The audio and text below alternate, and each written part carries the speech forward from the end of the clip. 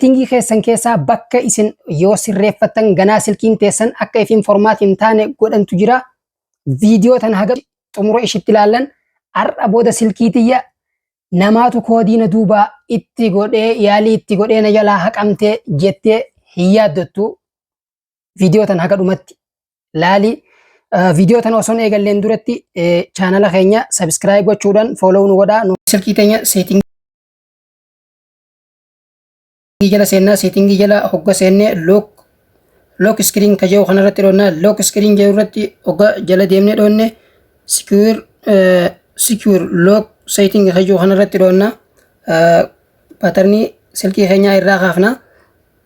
Bakka tana akkuma asitti argaa jirtan kana auto factory reset kajuu kana yoonii fi akkatti itti bannee silkiin teenya namni biraan duuban dhufee silkii teenya yeroo 15 ol yaaliyoo itti godhee silkiin teenya automaatika ifumaaf factory reset if gootee waan silkiirra jiru guutuu hayxee qullaa teessee nu eegdi jechuudha.